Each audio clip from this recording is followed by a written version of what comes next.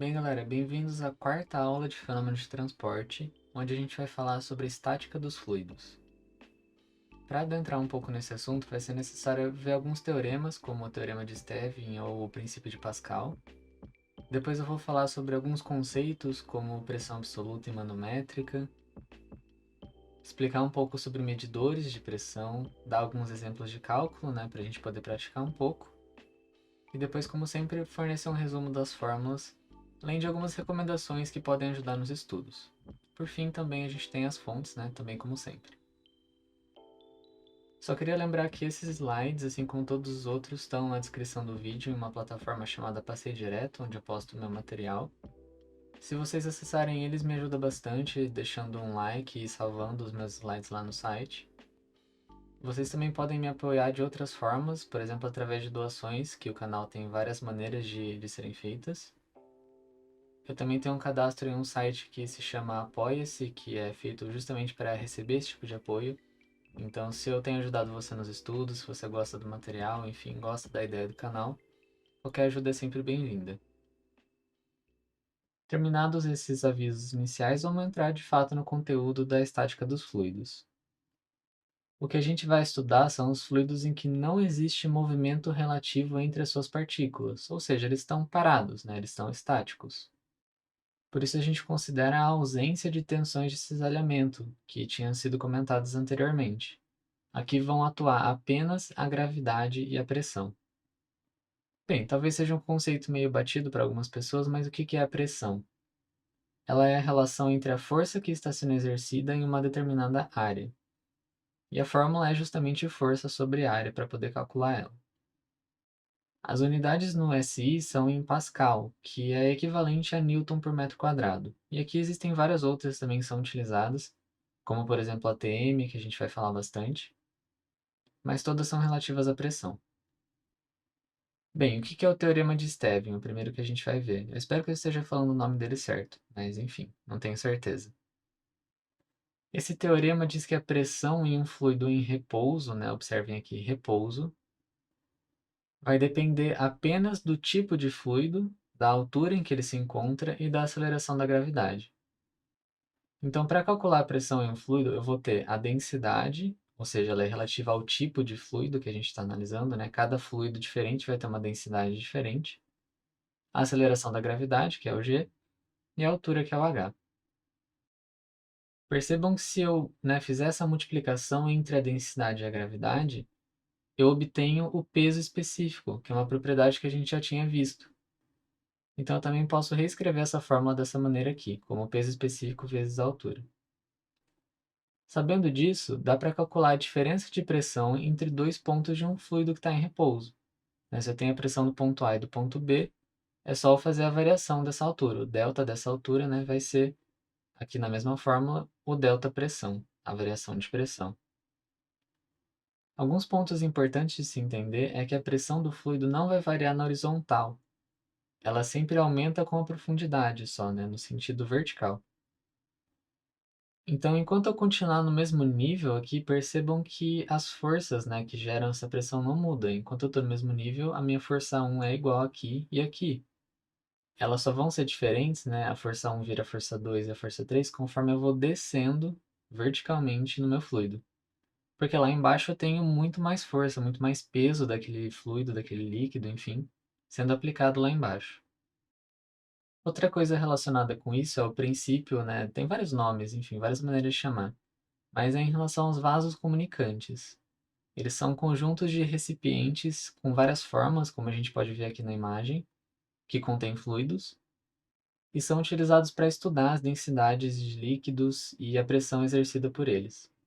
Então, é esse monte de tubo de forma estranha aqui que está conectado, Usando essa imagem aqui desses vasos, a gente pode falar um pouco sobre o paradoxo hidrostático de Stevin. Como a gente viu, a pressão do fluido depende só da altura e não da forma do recipiente. Então, ela vai sim variar com a altura, mas vai continuar constante nas outras direções. Analisando um pouco mais a fundo isso, eu tenho aqui que a pressão 1, no ponto 1 é igual a 2, 3, 4, 5, 6, 7, 8 e 9. Por quê? Todos eles estão na mesma altura aqui nessa linha que a gente pode traçar. Não importa qual seja o formato do recipiente que está contendo ele, a coluna de líquido em cima é a mesma. Então, essa pressão só vai variar quando eu descer para um outro nível, né? E as setinhas representam esse aumento gradual da pressão. Outra coisa bacana de perceber é que a pressão vai ser sempre perpendicular à superfície do ponto.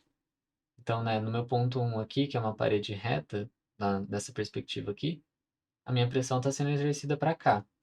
No ponto 2, olha como a seta fica perpendicular, sempre à superfície, né, do ponto. Então, a gente pode ver isso em todos esses pontos aqui no desenho, tanto ali em cima quanto aqui embaixo, né? É importante lembrar que todos os exemplos anteriores eram relativos sempre a um recipiente contendo o mesmo fluido em todo o seu volume. Então, tipo assim, um recipiente com água. Ponto. Só isso. Se a gente analisar fluidos diferentes em conjunto, você vai ter que levar em conta densidades diferentes. Então, para uma mesma altura de água, eu vou ter uma pressão diferente se eu tiver óleo, e uma pressão diferente se eu tiver glicerina, enfim, qualquer outra substância, vou ter valores de pressões diferentes para a mesma altura. Isso gera a possibilidade de alguns exercícios que brincam justamente com essas propriedades diferentes. Então, eu posso perguntar a pressão exercida aqui no fundo de um recipiente que tem três fluidos diferentes. Então, eu teria que repetir, né, a mesma fórmula e somar ela três vezes, uma para cada fluido, levando em conta cada densidade e cada altura. Só a gravidade que ia continuar a mesma. Beleza, agora vamos falar um pouco do princípio de Pascal. Quando esse fluido que a gente está estudando sofrer uma variação de pressão, essa variação vai ser transmitida de maneira integral e igualmente a todos os pontos. Então vamos supor que eu tenho uma primeira situação aqui em que eu tenho três pontos e a pressão de cada um deles, né? E ela vai aumentando conforme eu vou descendo, como a gente já viu. Se eu aplicar uma força de 100 newtons aqui, né, colocar uma tampa aqui e comprimir esse fluido, e supondo que essa tampa, vamos supor, tenha 5 centímetros quadrados de área, eu sei que pressão é força sobre área, então 100 sobre 5 eu tenho 20 newtons por centímetro quadrado. Essa é a pressão que eu estou aplicando. Todos esses três pontos, o A, B e o C, vão sofrer a mesma variação de pressão. Você vai somar 20 em todas elas. É isso que significa o princípio de Pascal. Isso é bastante aplicado em sistemas hidráulicos, porque o aumento de pressão que vai acontecer, como ele vai ser distribuído dessa maneira, né, em todos os pontos do fluido, eu posso fazer um pequeno jogo matemático para poder ganhar força, digamos assim. Então, se eu tenho esse fluido aqui num pistão pequenininho, por exemplo, né, numa tubulação pequena, e eu aplico uma força pequena aqui, por eu ter uma área muito maior aqui, essa força vai ser meio que potencializada. Então, eu consigo, por exemplo, com uma pequena força, uma pequena pressão sendo aplicada aqui, obter uma saída muito grande que me permite levantar objetos pesados, por exemplo. E isso é proporcional, né? Se eu tenho uma área aqui que é 10 vezes maior do que a área anterior, eu vou ter uma força sendo exercida também 10 vezes maior. Igualando as pressões, então, para você lembrar dessa fórmula aqui, né, que traduz isso que a gente acabou de falar, dessa transmissão, para você lembrar dessa fórmula é super simples, é só você lembrar que você está meio que igualando essas pressões, né? Então, P1 é igual a P2, o antes e o depois, e a pressão, o que que é? A força sobre a área. Então, força 1 sobre a área 1 é a força 2 sobre a área 2. Por exemplo, vamos supor que eu quero levantar esse carro aqui em um sistema hidráulico. Eu apliquei 200 newtons de força aqui em uma área de 10 centímetros quadrados, bem pequena, mas eu tenho uma área aqui de 100 centímetros quadrados. Qual vai ser a força que eu vou ter aqui, certo? A força que vai ser transmitida. A gente aplica a fórmula, a força 1 vai ser 200, a área 1 é 10. A força 2 é o que eu quero descobrir, né? A força de saída, digamos assim. E a área eu também tenho que é 100. Então, resolvendo, né, fazendo uma regra de 3, eu tenho que a saída vai ser de 2.000 newtons. Então, justamente, percebam que a área aumentou 10 vezes e a força também aumentou 10 vezes. Então, uma maneira de aplicar uma pequena força aqui e obter uma saída bem maior para poder usar isso, né, no serviço que você está prestando, por exemplo, de manutenção de carro, sei lá, enfim. São aplicações práticas e reais, né? Bem, a gente está falando bastante de pressão, mas é importante diferenciar a pressão absoluta de manométrica. Então, a gente vai entender isso aqui agora. A pressão absoluta é a pressão real e ela considera a variação desde o vácuo absoluto até a pressão que você está observando, né, que você está medindo. Então, é desde do zero, da não existência da pressão, né, do vácuo, até aquela pressão que você quer saber. A pressão manométrica, ou relativa, né, essa palavra relativa fica até mais fácil de lembrar, ela parte da atmosférica como referência. Então, eu não estou saindo do vácuo, estou saindo da atmosfera. Por isso, eu tenho uma relação, né, com a atmosfera, uma referência. Por causa disso, ela pode ser positiva ou negativa, se ela estiver acima ou abaixo de 1 atm. E as negativas são chamadas de pressão de vácuo. Depois a gente vai falar um pouco mais sobre os equipamentos de medição de pressão, mas eles normalmente são calibrados com o valor zero sendo relativo à pressão atmosférica. Então, o meu zero indicado aqui nesse equipamento, ele é a pressão atmosférica. Portanto, qualquer valor que eu medir aqui, como ele parte da atmosfera, eu sei que vai ser uma pressão manométrica, não absoluta, porque ele tem esse referencial aqui. Bem, sabendo dessas duas definições, a gente pode tirar uma relação de que a pressão absoluta vai ser a atmosférica mais a manométrica. E se você não entendeu o porquê disso, tudo bem, a gente pode fazer um desenho para facilitar. Supondo que eu tenha aqui uma escala de pressão, e essa pressão 1 é a pressão que eu quero medir, certo? Se eu fosse expressar ela absolutamente, a minha referência teria que ser o vácuo. Eu tenho uma pressão 1 aqui e eu tenho tipo a pressão 0, digamos assim, o vácuo absoluto. Eu vou partir dele e ir até onde eu quero medir para obter a absoluta. A pressão manométrica ela vai sair daqui, da atmosférica, né, como a gente conversou. Então ela é um pouco menor. Então o que acontece? Se eu pegar essa pressão manométrica e somar com essa distância aqui, que é a pressão atmosférica, eu vou ter exatamente essa fórmula aqui, certo? Somando as duas, eu chego na absoluta. Agora, se eu for analisar uma outra pressão, que é a P2, e ela está abaixo da atmosférica, percebam que o meu referencial agora, o meu zero, digamos assim, é aqui. Então, eu tenho um vácuo, né? Ele está descendo ao invés de subir. Por isso que a gente chama de pressão de vácuo. E a pressão absoluta funciona da mesma forma. Também dá para escrever assim, então. A pressão absoluta vai ser a pressão atmosférica, que é a altura total até a linha vermelha, menos a pressão de vácuo. Vamos para um exemplo. Se a leitura de um manômetro, que é justamente o equipamento, né, que mede a pressão, que está conectado a um recipiente é de 500 kPa e a pressão atmosférica do local é 94 kPa, qual que é a pressão absoluta? Bem, o manômetro mede a pressão manométrica, que é relativa, que parte da atmosfera, certo? Então, usando a fórmula que a gente acabou de ver, eu sei que a absoluta, que eu quero saber, vai ser a atmosférica, que é 94 kPa, mais a manométrica, que é 500 kPa. Substituindo os valores aqui, então, eu consigo chegar na pressão absoluta, 594 kPa. Agora a gente vai se aprofundar um pouquinho mais na teoria por detrás dos medidores de pressão, como o manômetro que a gente acabou de falar. O primeiro deles que a gente vai comentar é o barômetro de mercúrio. Ele é um equipamento, ou praticamente uma experiência, na realidade, né, que serve para a gente visualizar um pouco da teoria, que é preenchido por mercúrio. E justamente ele ajuda a gente a visualizar a pressão atmosférica. Em resumo, eu tenho um tanque, um recipiente aqui com mercúrio, e eu pego esse tubo com mercúrio e coloco aqui dentro, né? O que vai acontecer? Parte desse mercúrio vai descer e ele vai estacionar em uma determinada altura aqui, que é equivalente a 76 centímetros. E por que isso acontece? Porque a pressão atmosférica, né, o peso do ar que está exercendo uma força aqui no líquido que está nesse tanque, né, no mercúrio, ele vai exercer essa força que vai manter um pouco desse mercúrio aqui em cima. Então o tubo estava todo preenchido, mas quando eu virei ele aqui dentro, ele desceu um pouco e estacionou justamente nessa altura. Bem, se eu conheço a altura, se eu tenho o valor da gravidade e se eu tenho a densidade do mercúrio, eu consigo saber essa pressão. E aí descobriram que uma atmosfera, né, o peso, digamos assim, quer dizer, a pressão de uma atmosfera é equivalente à pressão produzida por uma coluna de mercúrio que tenha 76 centímetros ou 760 milímetros de altura. Eu mudei aqui para milímetro porque, na verdade, o mais falado, né, o mais utilizado, é a unidade milímetros de mercúrio. Então, 1 atm é igual a 760 milímetros de mercúrio. Mas por que é usado mercúrio nessa experiência, né, nesse barômetro? Porque ele tem uma densidade bem alta, que permite que a gente visualize isso daqui de uma maneira bem fácil, né? São 76 centímetros. Se a gente fosse usar a água, que tem uma densidade bem menor, essa coluna aqui teria que ter tipo 10 metros de altura, praticamente. Então ia ficar uma experiência um pouco complicada.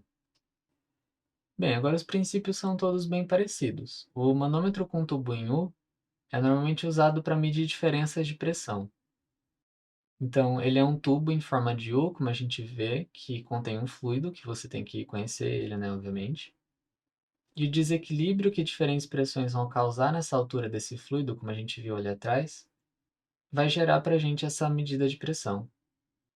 Então, vamos imaginar que eu tenho esse tubo aberto aqui para a atmosfera, certo? Eu tenho a pressão atmosférica entrando aqui em cima. Se a pressão desse recipiente que eu estou analisando também for de 1 atm, bem, eu tenho 1 atm fazendo pressão aqui, e aí vindo dele, né, eu tenho 1 atm fazendo pressão aqui também. Então, você não tem, né, uma coisa meio que anula a outra. Não tem nenhuma movimentação. Mas se eu aumentar isso daqui para 2 atm, essa pressão vai empurrar esse líquido para frente, como por exemplo o mercúrio. E por que que eu sei que aqui é o mercúrio? Porque eu tenho justamente, né, 1 atm entrando aqui e 2 aqui. Então eu sei que eu tenho uma diferença de 1 atm. E 1 atm é o quê? 760 milímetros. Então essa altura equivale ao mercúrio que a gente estava falando. Justamente pela diferença de altura, então eu consigo calcular a pressão. Aqui a gente tem algumas imagens, né, deles na vida real, ao invés de desenho, para vocês terem uma noção de como eles parecem. Mas é bem o que a gente acabou de ver, né? O manômetro diferencial é parecido com o de tubo em U, mas ao invés de ter essa extremidade aberta para a atmosfera, eles vão ser conectados em dois reservatórios. Justamente porque você quer meio que ver a diferença entre os dois, né, digamos assim. E a gente vai ver bem o uso dele em exercícios, porque dá para explorar bastante da teoria e das contas usando isso daqui. Por último, o manômetro de Bourdon é o que a gente mais vai encontrar na prática, né? Eu imagino no dia a dia de quem trabalha com esse tipo de equipamento. Ele consiste em um tubo de metal oco em forma de gancho. Então ele é esse tubo aqui, tá vendo? Ele tem uma forma de gancho. Você tem a entrada da pressão que vai ser medida aqui, e essa extremidade que está fechada, ela é conectada a uma agulha. Então, como isso daqui está fechado e você tem uma pressão entrando aqui, conforme ela vai exercendo a força, ela vai deformando esse tubo, justamente por ele ser flexível e oco, né, para poder entrar o fluido que está ali, né, circulando. E essa deformação no tubo, ele esticando, vai fazer com que o ponteiro se movimente, né? A gente tem uma conexão aqui que faz o ponteiro se movimentar. E aí ele vai indicar a pressão que está sendo medida em uma escala, como a gente pode ver aqui na vida real, né, ou nos esquemas. Então esse elemento elástico oco aqui ele vai se movimentar, né? Com isso vai mexer o ponteiro e ele vai indicar o valor aqui. Beleza, para terminar a aula quase, vamos ver alguns exemplos de cálculos. Uma coisa que vale muito a pena lembrar são algumas regrinhas para você poder ter uma linha de raciocínio enquanto faz o exercício, porque os exercícios dessa parte da matéria podem ficar um pouco difíceis de visualizar se você não se organizar bem. Então você vai ter ali um manômetro com várias pressões, ou enfim, tanques e tubulações com várias pressões que você tem que analisar. A ideia é percorrer o fluido da esquerda para a direita, marcar as mudanças de fluido, caso tenham vários, os pontos de mesma altura e pontos de variação de altura. Não precisa se preocupar em lembrar isso agora, vou repetir depois. O que é mais importante é que, quando você está subindo enquanto percorre o fluido, o sinal da pressão vai ser negativo. E descendo, o sinal da pressão vai ser positivo. Isso a gente já tinha visto lá atrás, né? Que quanto mais fundo você vai, maior a pressão. Então, tem uma maneira de lembrar tudo isso, mais ou menos, né? Quase tudo, que é uma regrinha, sempre da esquerda para a direita, setinha subindo negativo, setinha descendo positivo. A seta é inversamente o sinal, né? Então, subidas é menos e descida é mais. Assim fica fácil de lembrar. Cada exercício vai poder ser interpretado de vários jeitos por cada pessoa. Então, a maneira que você visualiza o desenho pode variar um pouquinho, mesmo que você siga, né, esse processo, às vezes as pessoas podem ver de jeito diferente. Isso daqui é mais uma orientação, certo? Então, beleza, exemplo 1. Eu quero determinar a pressão absoluta e a pressão manométrica nesse recipiente aqui. O exercício me deu a densidade do fluido que foi usado, que é 850 kg por metro cúbico, me deu a pressão atmosférica, 96 kPa, e me deu o valor da gravidade, 9,8. Então, beleza, vamos percorrer o fluido da esquerda para a direita, marcando mudanças de fluido, pontos de mesma altura e pontos de variação de altura no mesmo fluido. Comecei aqui na esquerda, então, né? E eu tenho essa primeira mudança de fluido aqui, certo? Ela que eu vou marcar primeiro.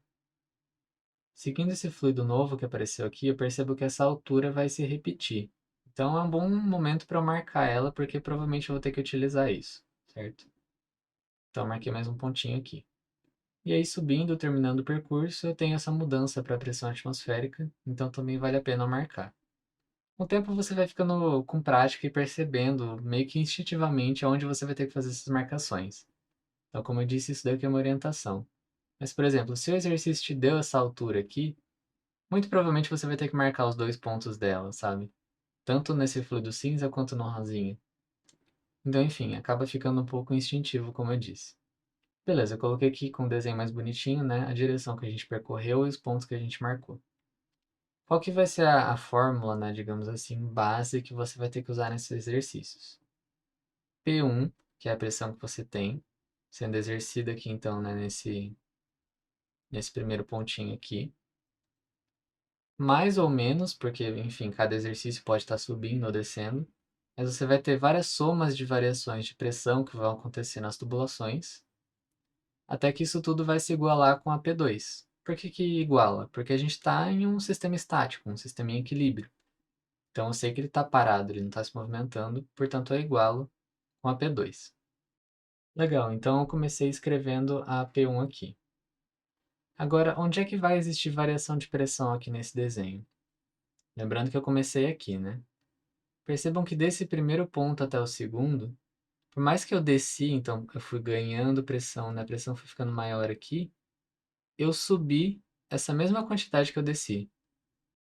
Então, uma dica é sempre que vocês verem essa coisa em forma de U em um mesmo fluido, né? Um fluido cinza aqui no caso, você sabe que a quantidade que você desceu é a mesma que você subiu. Então, meio que uma coisa vai anular a outra, entendeu? Porque você tem a subida e a descida com sinais diferentes. Então, basicamente, né, aqui você tem a pressão 1 sendo aplicada. Esse trecho aqui você não vai ter variação nenhuma, porque ele subiu e desceu igual. Então, a única variação de pressão que você tem é nesse trecho aqui da setinha. E aí percebam que no caminho que eu fiz eu estava subindo, então subida é negativo. Vai ser P1 menos a pressão exercida pelo fluido, que a gente já viu a fórmula da pressão, densidade, gravidade e altura lá no comecinho da aula, igual a P2, que é a pressão externa aqui. Substituindo então com os valores de densidade, gravidade e altura que o exercício forneceu, lembrando que tem 100 metros, né? Então eu fiz a conversão aqui de 55 centímetros para metros, sempre, né, tenho atenção com as unidades. Eu chego no valor de 100.600 Pascal. Percebam agora que esse valor aqui é o valor da P1, dentro desse tanque. Então, eu estou falando aqui de uma pressão absoluta, né? Eu não estou levando em consideração a pressão atmosférica aqui. Como o exercício pediu tanto a resposta em absoluta quanto em manométrica, o que eu tenho que fazer? Aplicar aquela fórmula. Pressão absoluta é a atmosférica mais a manométrica. A gente já descobriu a absoluta, que estava dentro do tanque ali mesmo. Nós temos a pressão atmosférica, que é a pressão 2, certo? Está aqui. E aí só sobra a manométrica que a gente quer descobrir. Aí o resultado fica em 4.600 Pascal. O exemplo 2 pede para a gente montar a relação matemática que equaciona esse equilíbrio aqui, das pressões P1 e P2. Então ele não vai dar nenhum valor nem nada, porque o nosso foco aqui é mais entender o que está acontecendo, né? Montar a equação, do que necessariamente encontrar algum valor. Bem, o procedimento a gente vai fazer bem parecido, percorrer o fluido da esquerda para a direita, marcar as mudanças de fluido, pontos de mesma altura e pontos de variação de altura no mesmo fluido. Então vamos lá, eu tenho essa pressão aqui, E a partir do momento que eu comecei a subir aqui nesse recipiente, eu já tenho uma variação de altura, certo? Sendo indicada aqui. Então eu já sei que muito provavelmente eu vou ter que usar o valor dessa variação A. Então eu já marco aqui ela, certo? Tem uma variação de altura. Bem, eu poderia fazer algumas marcações aqui e aqui também, por exemplo. Porque, ó, eu já sei que eu vou ter que fazer alguma relação com essa altura H aqui, né? Que pega bem essa outra mudança. Mas enfim, já adiantando, o que que vai acontecer? A mesma coisa de antes, ó. Eu tenho esse formato de U aqui dentro do mesmo fluido. Então eu sei que o que eu mudar de pressão subindo isso daqui, eu vou perder isso descendo de novo. Então meio que essa parte aqui não vai fazer muita diferença, né? Mas enfim, tá marcado ainda assim. Depois aqui sim, né? Um trecho que novamente eu posso ter algum interesse, porque eu tenho essa altura H aqui. Então eu vou marcar de novo. Percebam que eu vou ter outro U se formando aqui, até essa altura H de novo. Então eu vou marcar para eu lembrar, né, que eu vou ter uma variação nula, digamos assim. Mais uma subida aqui dentro do mesmo fluido, então eu vou marcar essa mudança aqui, né? Vai ficar meio ruim de enxergar aqui, mas eu vou colocar os pontinhos melhores para ver depois, tá? Então, outro U se formando aqui, mais um ponto aqui, né? Bem aqui, para ficar mais fácil de ver. Enfim, descendo lá embaixo, eu tenho parecido aqui com a primeira situação. Poderia marcar mais um ponto aqui. Vamos escrever então o que o exercício pede, né? Sempre lembrando da regra aqui para a gente poder montar a equação. A base da equação vai ser uma pressão 1, que vai sofrendo alterações até se igualar com a pressão 2, certo? Então, beleza, pressão 1 está escrito aqui. A primeira coisa que eu estou fazendo é subir nesse trecho verde. Então, eu tenho um sinal negativo, menos. E aí eu vou ter, né? Olha só o tamanho da setinha. Então, eu vou ter essa altura A aqui. Então, qual que é a fórmula mesmo de pressão para fluido? Densidade, no caso, densidade 1, né, do fluido 1, vezes gravidade, vezes a altura, que está representada com A. Percebam que, na verdade, aquilo que eu disse do U, ele não é só nesse trecho aqui, né, que eu tinha falado. Ele é no U todo. Então, olha só, daqui ele vai subir tudo isso, mas vai voltar tudo isso também. Então, desse primeiro fluido, eu tenho só esse primeiro trecho aqui. Para o segundo fluido, que é o mercúrio, de acordo com o que ele disse aqui, eu tenho esse U se formando aqui de novo, então ele não vai ter nenhuma influência, mas eu tenho essa subida aqui com a altura H. Então, subida é negativo, de novo o sinal negativo, mas agora eu tenho a densidade do mercúrio, já que ele me indicou que é o mercúrio, a gravidade e a altura H.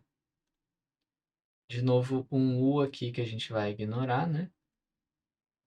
E eu tenho toda essa descida aqui até chegar nesse outro ponto. Então, eu tenho a densidade 2, né, da pressão 2, a gravidade, e a altura agora vai ser a soma do H com o A. Então, multiplicado por A mais H. Isso vai chegar na P2. E essa daqui já é a resposta, né? O exercício só pediu para equacionar, ele não queria saber nenhum valor nem nada. Se ele fornecesse os valores, era só aplicar tudo aqui, que a gente chegava onde queria. No último exercício, que é o exemplo 3, eu tenho que de novo montar uma relação matemática que equaciona essas duas pressões. Então, observem que legal uma certa aplicação aqui, né? Se eu tiver uma tubulação, por exemplo, um dispositivo de escoamento, esse manômetro consegue ser usado para medir a variação de pressão ali naquele escoamento, para eu saber o que acontece, né, nessa perda de carga. A gente vai falar um pouco disso em outras disciplinas depois, por exemplo, em hidráulica.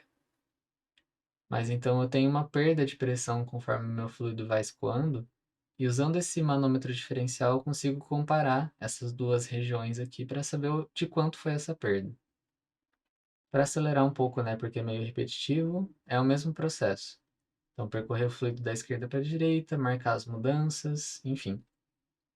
Sempre observo as alturas aqui, então tem a altura A e a altura H. Eu sei que provavelmente eu vou ter que marcar esses pontos aqui relativos a essas alturas. Tem esse ponto aqui do comecinho e o ponto do final, né? Enfim, mesmo procedimento que a gente já fez. Como é que vai ficar a equação, a relação matemática?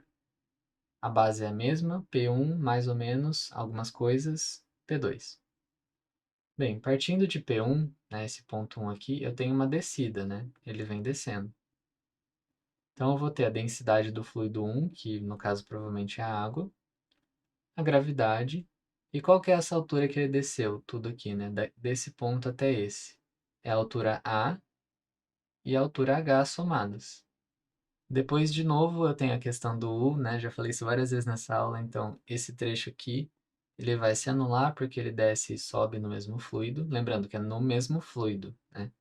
Se fossem fluidos diferentes, aí eu não poderia anular. Mas é no mesmo fluido, então não considero essa região. Tenho uma subida com uma altura H desse fluido 2. Então, densidade 2, gravidade e altura H com sinal negativo, porque é uma subida. E mais uma subida aqui do fluido 1 novamente com a altura A. Feito isso, está pronta a relação matemática. Só uma coisa que é interessante de dizer, porque isso já aconteceu comigo e eu quebrei a cabeça na sala de aula, eu me lembro que acho que era um exercício que ele não dava essa altura A aqui, por exemplo. Era um pouco diferente, mas era alguma coisa nesse sentido. Eu fiquei tipo, nossa, mas como é que eu vou fazer sem saber isso, né? Eu não lembro exatamente como funcionou o exercício. Mas eu só sei que você pode visualizar isso daqui de outra forma, porque pensa, o fluido 1, que é o azul mais claro, ele desceu essa altura A aqui e subiu aqui de novo. Então, normalmente a gente só pensa em cancelar, né? Mas, obviamente, quando é que dentro do Uzinho, né? Fica mais visível.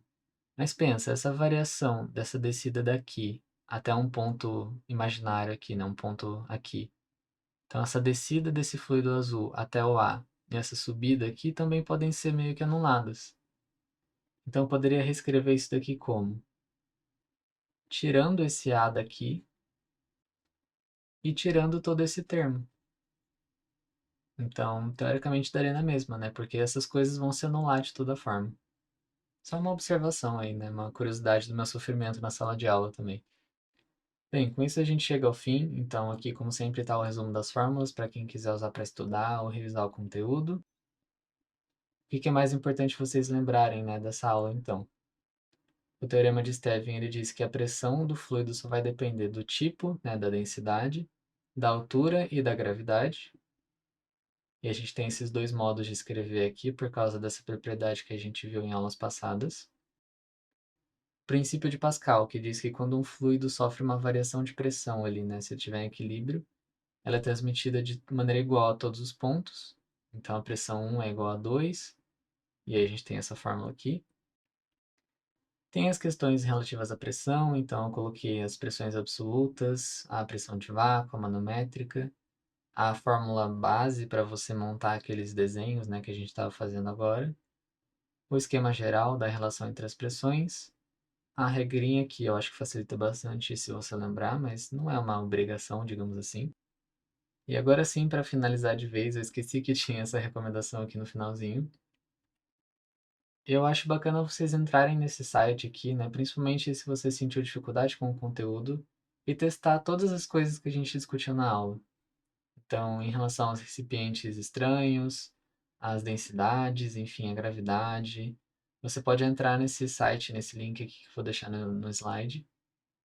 E ele permite você fazer simulações, então você pode pegar os pesos e ir jogando aqui para ver como é que a água sobe ou desce, né? Ou enfim, mudar para outros fluidos também. Fazer com ou sem atmosfera. Você pode arrastar esse medidor de pressão para ir analisando as coisas. Testar em vários cenários diferentes, né?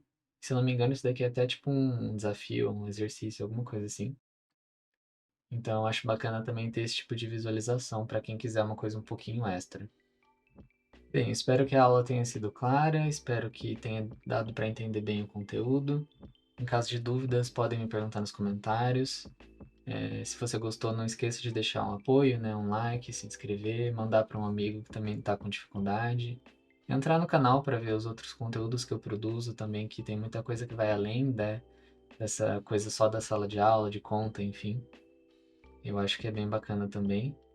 Então, muito obrigado pela sua atenção e eu vejo vocês na próxima aula.